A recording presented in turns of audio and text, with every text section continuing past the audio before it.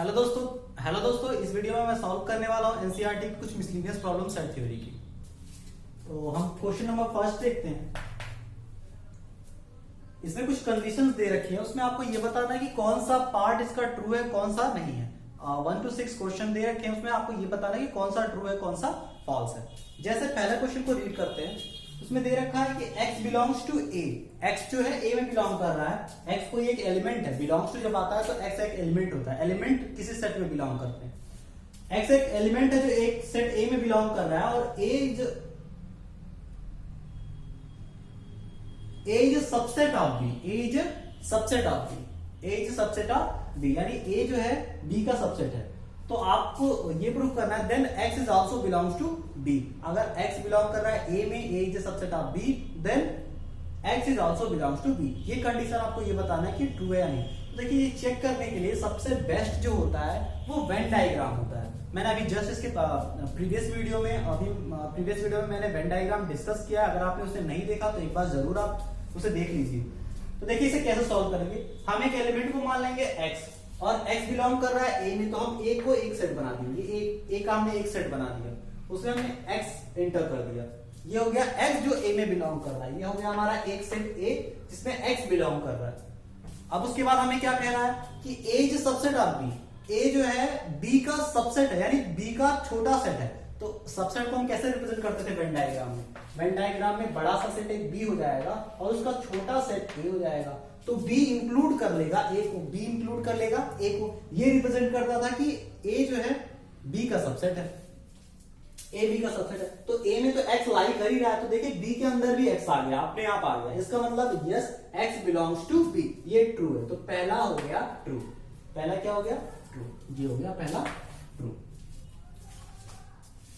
Next देखते हैं, second में if a is subset of b। अगर a हमारा कोई सेट है वो b का सबसेट है। वेन डायग्राम से सॉल्व करेंगे हम। जरा इसका कंडीशन बना देते हैं। ये कंडीशन दे रखी है a b। a is subset of b। Second question में a is subset of b and b is subset of c। b is subset of c। तो ये हो गया c, ये हो गया b। तो b is subset of c। Then a is also belongs to c। a जो होगा वो c में बिलोंग करेगा, या a c का सबसेट होगा। a is subset of c, ये होगा। तो a is subset of c। देखते हैं, देखिए b में a है और b यहां है, तो हमारे मेरे ख्याल से a यहां पे ही होना चाहिए। अगर a यहां है तो वो c के ही तो अंदर है। a अगर यहां है तो c के ही तो अंदर है, तो a is subset of c होगा। a is subset of c होगा। तो a अगर सबसेट ऑफ c होता है तो ये ट्रू है। अगर क्वेश्चन में ये लिखा है कि a बिलोंग्स टू c, तो ये फॉल्स हो जाएगा। a बिलोंग नहीं कर सकता। बिलोंग करना वर्ड यूज किया जाता है एलिमेंट के लिए, सेट के लिए यूज नहीं किया जाता। अगर यहाँ पे अगर आपके क्वेश्चन में यहाँ बिलोंग्स टू होता तो ये फॉल्स हो जाता। अभी ये ट्रू है, a is subset of c is true. Third question की तरफ बढ़ते हैं। इन दोनों को मैं रब कर देता हूं। देखिए थर्ड क्वेश्चन क्या है। थर्ड है हमारा if a is subset of c। अगर a जो है c का, a is subset of b। अगर a b का सबसेट है, यानी ये question, and b is subset of c।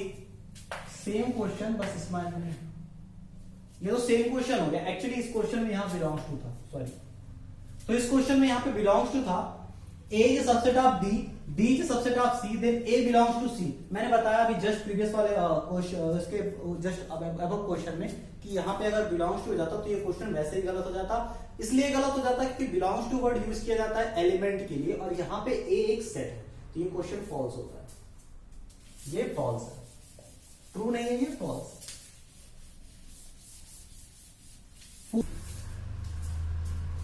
देखिए फोर्थ क्वेश्चन हमारा है if a does not belongs to b। अगर एक सेट है जो b में बिलोंग नहीं कर रहा है। अगर वो नहीं कर रहा है तो जाहिर सी बात वो बाहर होगा। a जो होगा वो b के बाहर होगा। And b does not belong to c, यानी जो b होगा वो c के बाहर होगा। इस तरह से b वाली जो सिचुएशन है वो c के बाहर। Then a does not belongs to c, then a भी c में बिलोंग नहीं करेगा। जैसे इस कंडीशन के अकॉर्डिंग तो a c में बिलोंग नहीं कर रहा है, तो ट्रू लग रही है, लेकिन नहीं। सिचुएशन इस तरह से भी हो सकती है कि a और c एक साथ हो जाए, या इस तरह से हो जाए। देखिए ये हो सकता है a और c, a और c आपस में बिलोंग कर जाए एंड b अलग हो जाए। एंड बी अलग हो गया। इस तरह की सिचुएशन अगर हो जाती है, अगर इस तरह की सिचुएशन हो जाती है कि जो सी है वो ए में बिलोंग कर रहा है, जो सी है, या इसे सी बोलते हैं, इसे ए, यहाँ पे ए डज नॉट बिलोंग टू सी रखा है ना। तो अगर मैं इस तरह की सिचुएशन एज्यूम करता हूं तो देखिए यहाँ पे ए जो है वो बी में बिलोंग नहीं कर रहा है, पहला ट्रू हो गया। बी जो है बी वो सी में बिलोंग नहीं कर रहा है, ट्रू हो गया। ए डज नॉट, उसकी अगर ये दोनों कंडीशन ट्रू होती तो ए भी डज नॉट बिलोंग टू सी, लेकिन देखिए इस कंडीशन के अकॉर्डिंग ए जो है सी में बिलोंग कर रहा है, इस वजह से ये कंडीशन ट्रू नहीं है, ये फॉल्स है। नेक्स्ट देखते हैं, देखिए next question fourth fifth question. X एक एलिमेंट है जो ए सेट बिल में बिलोंग कर रहा है। X is an element, x एक एलिमेंट है जो ए सेट में बिलोंग कर रहा है, ये हो गया। And A does not belongs to B, यानी बी बाहर है कहीं, ये बी जो सेट है वो बाहर है। A is not a subset of B, A is not a subset of B का मतलब ए बाहर हो गया। Then X belongs to B, क्या इसके बाद आपको दिख रहा है कि एक्स इसमें बिलोंग करेगा? नहीं, एक्स तो ए के अंदर है ना, तो जब ए बी में बिलोंग नहीं कर रहा है, ए बाहर है बी से, तो एक्स भी ए के साथ ही बाहर हो जाएगा बी से, कभी भी एक्स बी के अंदर नहीं आएगा। अगर नहीं आएगा तो X does not belongs to B होना चाहिए, यानी कि लास्ट वाला फिफ्थ क्वेश्चन भी फॉल्स है। सिक्स्थ क्वेश्चन देखते हैं, if A is subset of B, A is subset of B कैसे रिप्रेजेंट किया जा सकता है? A is subset of B को रिप्रेजेंट किया जा सकता है ऐसे, A is a subset of B and X does not belongs to B। X एक एलिमेंट है जो कि B में बिलोंग नहीं कर रहा है। अगर X एलिमेंट B में बिलोंग नहीं कर रहा है तो X जाहिर सी बात है कहीं ना कहीं बाहर होगा। देखिए A बिलोंग कर रहा है B में, X does not belongs to B, यानी X B वाले पूरे रीजन में नहीं आ रहा, तो जाहिर सी बात है B कहीं ना कहीं बाहर होगा। Then X does not belongs to A, तो B बाहर होगा। अगर B की लाइन, अगर ये X B की लाइन से बाहर हो गया तो A से भी बाहर हो गया, तो ये condition X does not belongs to A true हो गई। तो इस तरह से ये कंडीशन ट्रू हो जाएगी। मूव करते हैं अपने नेक्स्ट क्वेश्चन की तरफ।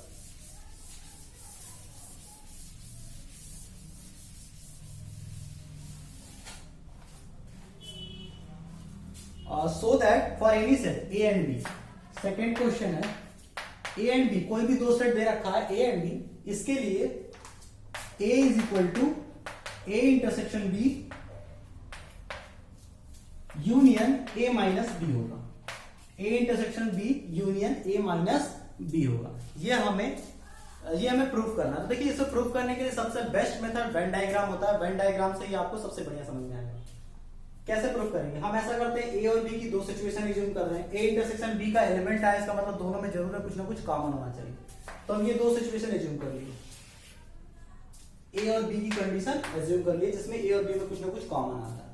अगर मैं इस तरह से एज्यूम करता हूं A इंटरसेक्शन B, तो आप बताइए A इंटरसेक्शन B कौन सा पार्ट होगा? ये पार्ट होगा। A माइनस B कौन सा पार्ट होगा? A माइनस B ये वाला पार्ट होगा। A माइनस B का मतलब A के एलिमेंट में से B का पार्ट रिमूव कर देगा। आपको ग्राफ से देख के पता चल रहा होगा, अगर A वाला A माइनस B वाले पार्ट को B वाले और इस वाले पार्ट को A इंटरसेक्शन B वाले पार्ट को अगर मिला दिया जाए तो वो कंप्लीट A बन जाता है। यानी ये, इसका मतलब ये यहां से वेन डायग्राम से प्रूफ हो जाता है कि अगर A माइनस B, ये वाला पार्ट A माइनस B है और ये वाला पार्ट A इंटरसेक्शन B है। From the diagram A intersection A minus B और A इंटरसेक्शन B का अगर हम यूनियन करेंगे तो वो इस रीजन के बराबर आएगा और वो रीजन A। तो इस तरह से ये प्रूफ हो जाएगा। डायग्राम का ये प्रूफ है। सेकंड क्वेश्चन पे आते हैं। इसी में सेकंड क्वेश्चन हमारा दे रखा है। इसी में हमारा सेकंड क्वेश्चन दिया है, इफ A यूनियन, हमें ये प्रूफ करना है A union B minus A is equal to A union B। हमें ये प्रूफ करना है कि A का यूनियन अगर हम करें B माइनस A के साथ तो वो A यूनियन B आता है। तो फिर से वही डायग्राम बनाते हैं। ये हम A मानते हैं, इसे ये B मानते हैं। चलिए B माइनस A देखते हैं क्या है। B माइनस A यानी B में से A को रिमूव कर दिया जाए, ये वाला पार्ट। ये वाला पार्ट b माइनस ए है। अगर ये b माइनस ए है, उसके बाद उसका हमें a के साथ यूनियन करना है, यानी a के साथ मिला के लिखना है। a ये पार्ट है, देखिए ये पूरा पार्ट a है, यहां से यहां। तो डायग्राम से हमें साफ साफ दिख रहा है कि a वाले पार्ट को और b माइनस ए वाले पार्ट को अगर मिला दिया जाए तो क्या बन जाएगा, ये पूरा बन जाएगा यहां से लेकर यहां तक। और ये पूरा होता क्या है, a यूनियन b। तो इस तरह से ये प्रूफ होता है।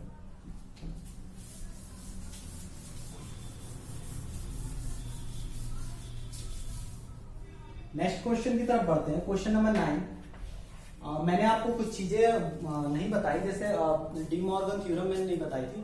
डी मॉर्गन थ्योरम और डिस्ट्रीब्यूटिव प्रॉपर्टी मैंने नहीं बताई थी। यूनियन और जो इंटरसेक्शन होता है वो डिस्ट्रीब्यूटिव प्रॉपर्टी को होल्ड करता है और डी मॉर्गन थ्योरम भी अप्लाई होती है। देखिए डिस्ट्रीब्यूटिव प्रॉपर्टी क्या होती है। डिस्ट्रीब्यूटिव प्रॉपर्टी का मतलब अगर A union B intersection C लिखा हुआ तो ये ए यूनियन बी हो जाएगा, इंटरसेक्शन ए यूनियन सी हो जाएगा। इस तरह से जैसे यूनियन और इंटरसेक्शन के साथ हो गया, वैसे यहां अगर इंटरसेक्शन होता तो यूनियन के साथ इस तरह से हो जाता। यही प्रॉपर्टी और डिस्ट्रीब्यूटिव प्रॉपर्टी कहलाती है। और नेक्स्ट क्वेश्चन में देखिए हमें प्रूफ करना है A union A intersection B is equal to, हमें प्रूफ करना है ये ए होगा। तो लेफ्ट साइड को सॉल्व करते हैं। ये हो जाएगा A union A intersection A union B by the property of distributive property, by distributive property। तो A यूनियन A मतलब A में A को A के साथ ही मिक्स करके देखना। तो A यूनियन A हमेशा A होगा। कैसे, हमें A यूनियन A एक ऐसा सेट मिलेगा जिसमें या तो A के एलिमेंट हो या तो A के एलिमेंट हो। ऐसे ही तो बोलेंगे A यूनियन A को, तो या तो A के एलिमेंट या तो A के एलिमेंट हो तो A ही हुआ। तो ये वैल्यू आ जाएगी A। Intersection A union B। देखिए अब हमें इंटरसेक्शन करना, मतलब दो पार्ट में कॉमन देखना है। कौन कौन से दो पार्ट में, एक ए इंटरसेक्शन बी, एक ए यूनियन बी। ये पूरा रीजन रिप्रेजेंट करता है ए यूनियन बी और ए रिप्रेजेंट करता है ये पार्ट। अगर ये ए पार्ट है और ये पूरा region complete region A union B है, तो उन दोनों में कॉमन क्या है, ए ही पार्ट तो है। तो इसका आंसर फाइनली आ जाएगा ए, हेंस प्रूफ। तो इस तरह से ये प्रूफ हो जाएगा। इसी में सेकंड क्वेश्चन की तरफ बढ़ते हैं। वो भी सेम डिस्ट्रीब्यूटिव प्रॉपर्टी लगा के आप सॉल्व कर सकते हैं।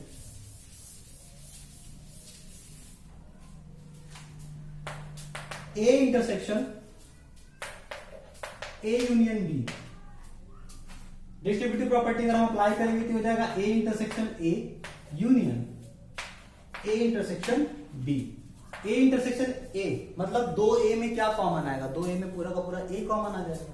तो ये आंसर आ जाएगा A intersection B union A intersection B. इसे सॉल्व करते हैं। इसकी वैल्यू निकालने के लिए हमें सबसे पहले कहां जाना पड़ेगा, वेन डायग्राम। देखिए वेन डायग्राम क्या कहता है, ए यूनियन बी हो गया और ये ए है, ये पूरा ए यूनियन बी है। ए यूनियन बी और ए में हमें क्या करना है, और सॉरी ये ए इंटरसेक्शन बी होगा। ए इंटरसेक्शन बी और ए में हमें यूनियन करना है। देखिए ए इंटरसेक्शन बी है इस पार्ट का और ए के साथ, इस पार्ट का और ए के साथ हमें यूनियन करना है। यूनियन का मतलब हमें एक ऐसा रीजन बताना है जिसमें या तो ए से एलिमेंट आ जाए या तो ए इंटरसेक्शन बी से आ जाए। इन दोनों पार्ट का एक रीजन ये इस रीजन का और एक ए रीजन, यानी ये कंप्लीट रीजन का। इसे मैं रब कर देता हूं, इसकी जरूरत नहीं है। बी, ये बी वाला पार्ट है, इसकी जरूरत नहीं है। ये बस ए वाले पार्ट की और ये बी वाले पार्ट की जरूरत नहीं। इस ए का और इस ए इंटरसेक्शन बी का यूनियन करना तो ए ही आएगा। आप देख लीजिए इसका और इसका यूनियन करेंगे तो ए आएगा। यूनियन का मतलब ही होता है कि एक ऐसा रीजन बता देना जो दोनों को कंसिडर कर ले, यानी ए को भी और A union A intersection B को भी। तो ये जो रीजन होगा वो ए इंटरसेक्शन बी को और ए को दोनों को कंसिडर कर लेगा। नेक्स्ट क्वेश्चन की तरफ बढ़ते हैं। Question number 10।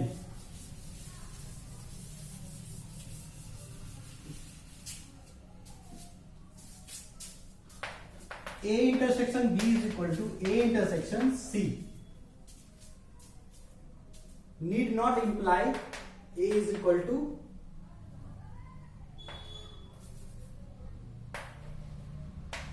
need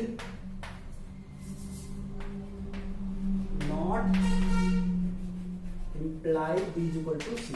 हमें ये प्रूफ करना है A intersection B is equal to A intersection C given है। हमें ये प्रूफ करना है कि ये need not to imply B is equal to C. ये जरूरी नहीं है कि अगर ये कंडीशन होल्ड कर रही है तो बी इज इक्वल टू सी। देखिए जब आपको इस सेट थ्योरी में या किसी और टॉपिक में आपको जब आपको प्रूफ करना हो कि ये है तो उसे step by step procedure apply करके उसे प्रूफ कर दे। लेकिन जब आपको ये प्रूफ करना हो कि ये नहीं है, ये गलत है, तो आप उसका एक एग्जाम्पल लगा के दे सकते हैं। ये हम रिलेशन में भी पढ़ते हैं। जब हम आगे रिलेशन पढ़ेंगे तो उसमें आएगा कि रिलेशन में जब किसी चीज को प्रूफ करना होगा तो जनरल केस लेके प्रूफ करेंगे, लेकिन जब रिलेशन में किसी चीज को फॉल्स करना होगा तो कोई एक एग्जाम्पल लेके फॉल्स करते हैं।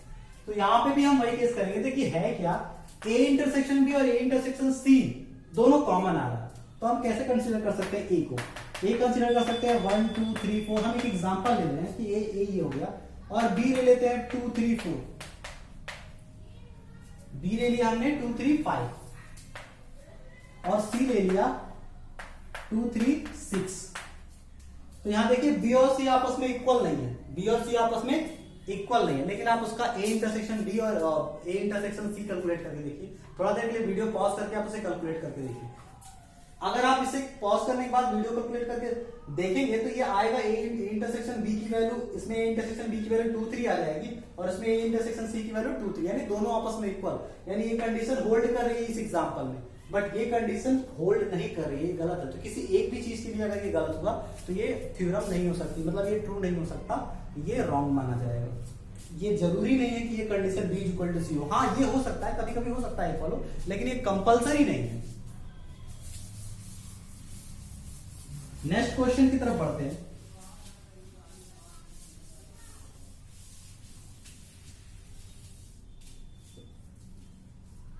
क्वेश्चन नंबर 11 में देखते हैं। दो सेट है ए और B, A and B are two set, A intersection X is equal to B intersection X which is equal to 5। A intersection X B intersection X is equal to 5, and A union X is equal to B union X for some set X. कोई X कोई एक set होगा। हमें यहां पे proof करना है कि a is equal to B. अगर ये दोनों कंडीशन होल्ड कर रही है, ये और ये होल्ड कर रही है, तो प्रूफ करो a is equal to B होगा। ये हमें प्रूफ करना है। देखिए कैसे करेंगे। गिवन है कि a intersection B B intersection B A intersection X B intersection X pi आ रहा है। इसका मतलब a और x में कुछ कॉमन नहीं है, और b और x में भी कुछ कॉमन नहीं है। अच्छा ऐसी बात है, इसे वेन डायग्राम से समझते हैं। ये हो गया a, ये हो गया x, और ये हो गया b। इन दोनों में कुछ कॉमन नहीं है। ये कंडीशन कह रही है a इंटरसेक्शन b 5 था, b इंटरसेक्शन x 5 था, तो ये मैंने सिचुएशन बना दी जिसमें a और x के बीच में कुछ कॉमन नहीं, b और x के बीच में कुछ कॉमन नहीं। नेक्स्ट a यूनियन x जब करते हैं। अच्छा a यूनियन x करने के लिए क्या करना पड़ेगा? इसमें जो नंबर ऑफ एलिमेंट है और इसके जो नंबर ऑफ एलिमेंट है दोनों को ऐड करना पड़ेगा एक सेट में। और b यूनियन x क्या करना पड़ेगा? इसके जो नंबर ऑफ एलिमेंट है इसके जो नंबर ऑफ एलिमेंट है दोनों को ऐड करना पड़ेगा। सपोज कीजिए इसमें जो एलिमेंट आ रहा है उसे मैं x मान रहा हूं, इसमें जो एलिमेंट्स आ रहे हैं उसको मैं y मान रहा हूं, इसमें जो एलिमेंट आ रहे हैं इसमें मैं z मान रहा हूं। तो इसका क्या मतलब निकलता है? x प्लस y इसके इन दोनों के यूनियन में आएंगे, और y प्लस z इन दोनों के यूनियन में आएंगे, और दोनों बराबर है। ये क्वेश्चन कह रहा है a into X, a union x is equal to b union x। अच्छा देखिए दोनों y और y दोनों में है, तो दोनों में आप कट कर सकते हैं, तो x is equal to z आ जाएगा। x is equal to z का मतलब x जो इसमें बिलोंग कर रहा है वो z b में बिलोंग कर रहा है, यानी x और z दोनों एक ही है। इसका मतलब a और b दोनों एक ही है। a is equal to b, a is equal to b, ये आ जाता है। इसे फील करना है, इसे समझना है कि किस तरह से हो रहा है, दिमाग में सोचना है। नेक्स्ट देखते हैं क्वेश्चन नंबर 30। फिर से हमारा कॉफी और टी वाला क्वेश्चन आ गया। एक सर्वे किया गया है 600 स्टूडेंट पे। क्वेश्चन में दे रखा है इन सर्वे 600 student in A school. 600 student है टोटल एक स्कूल में, जिसमें से 150 टी पसंद करने वाले 150 हैं, एंड कॉफी पसंद करने वाले 2 to 5 हैं। 100 ऐसे हैं टी इंटरसेक्शन सी, यानी 100 दोनों पसंद करने वाले 100 हैं। तो आपको ये बताना है कि how many of student were take neither neither tea neither coffee. आपको ये बताना है कि कितने ऐसे स्टूडेंट हैं जो जिनको ना तो कॉफी पसंद है ना तो टी, यानी दोनों जिन ऐसे लोग जिन्हें ना तो कॉफी पसंद है ना तो टी पसंद है, दोनों नहीं। तो पहले हम ये निकालते हैं कि ऐसे लोग, पहले हमें ये बता दो ऐसे कितने लोग हैं जिन्हें या तो कॉफी पसंद है या तो टी, दोनों में से या तो ये या तो ये या तो दोनों। तो जब इस तरह की कंडीशन आती है कि ऐसे लोग, ऐसे कंडीशन जिसमें या तो ए से आ जाए या तो बी से आ जाए या तो दोनों में से किसी में से आ जाए, कोई दिक्कत नहीं, इस टाइप की कंडीशन को हम ए यूनियन बी बोलते हैं। तो सबसे पहले हम टी यूनियन सी निकालेंगे। Number of element T union C निकालने के लिए नंबर ऑफ एलिमेंट टी रखना पड़ेगा पहले 150, number of element then C लिखना पड़ेगा 225, उसके बाद number of element in T intersection C subtract करना पड़ेगा 100 सब्ट्रैक्ट करना पड़ेगा, तो ये आंसर 275 आ जाएगा।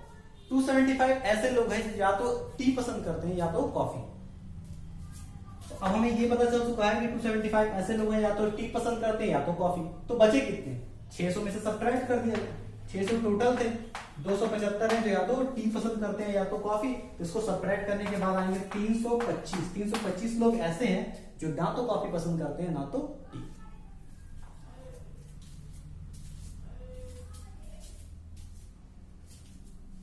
नेक्स्ट क्वेश्चन की तरफ बढ़ते हैं।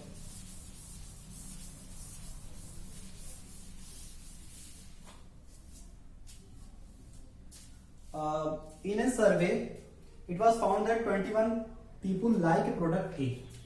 एक सर्वे हुआ जिसे फाइंड किया गया 21 like A, 21 like A सर्वे है तो जिसमें ये बताया गया कि 21 लोगों को ए नाम का प्रोडक्ट पसंद है और 26 लाइक बी को पसंद करने वाले 26 लोग हैं और सी को पसंद करने वाले 29 लोग। 14 पीपुल ऐसे हैं जो ए और बी दोनों को पसंद कर रहे हैं, यानी A intersection B. Then 12 people ऐसे हैं जो सी और ए दोनों को पसंद कर रहे हैं। इसके बाद 14 पीपल ऐसे हैं जो बी एंड सी दोनों को पसंद कर रहे हैं। फिर 8 पीपल ऐसे हैं, 8 लाइक फॉर ऑल 3 प्रोडक्ट, 8 ऐसे हैं जो तीनों को पसंद कर रहे हैं, 8 ऐसे हैं जो तीनों को पसंद कर रहे हैं, यानी A intersection B intersection C तीनों एक साथ पसंद करने वाले 8 लोग हैं। तो इसमें हमें देखिए ये बताना है कि हाउ मेनी लाइक ओनली सी, केवल सी को पसंद करने वाले कितने लोग हैं। देखिए ये जो 29 सी को पसंद करने वाले हैं, इसमें से हो सकता है 29 में से 5 ऐसे हो जो बी को भी पसंद करते हो या 4 ऐसे हैं जो ए को भी पसंद कर सकते हो। ये ओनली नहीं है, टोटल सी को पसंद करने वाले टोटल लोग 29 है, लेकिन 29 में से कितने लोग ऐसे हैं जो सिर्फ और सिर्फ सी को पसंद करते हैं, ये हमें फाइंड करना है। तो सबसे पहले इस कंडीशन, इस सिचुएशन के लिए हम वेन डायग्राम बनाते हैं। तो वेन डायग्राम इसके लिए A intersection B intersection C तीनों आ रहा है, तो वेन डायग्राम इसके लिए ऐसे बनेगा A B and C, A B and C. इस क्वेश्चन में हमने बताया था कि सबसे पहले हमें क्या करना पड़ता है। देखिए तीनों को पसंद करने वाले का नंबर फिलअप कर लीजिए 8, तो 8 आपका यहां आ जाएगा।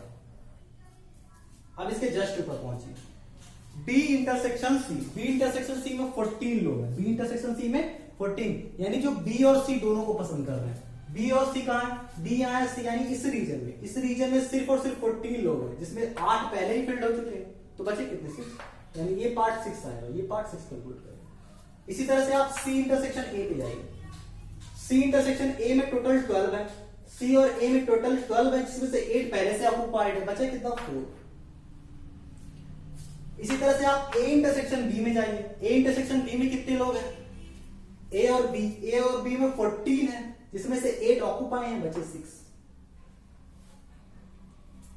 फिर आप सी में देखिए, सी में 29 लोग हैं, सी में कितने हैं 29। अगर सी में 29 है, सी में 29 है, तो आपको क्या करना पड़ेगा, ये राशि, इसमें टोटल 20 है, इस पूरे सर्कल में 29 आएंगे, इसमें से 6, 4, 10 और 18 पहले ऑक्युपाइड हो चुके हैं, तो बचे कितने 11। ये जो 11 वाले पार्ट है, ये 11 वाले जो पार्ट है, ये ऐसे लोग हैं जो सिर्फ और सिर्फ सी में है। तो यही हमारा आंसर, यही हमें कैलकुलेट करना था। तो सी को पसंद करने वाले, ओनली सी पसंद करने वाले 11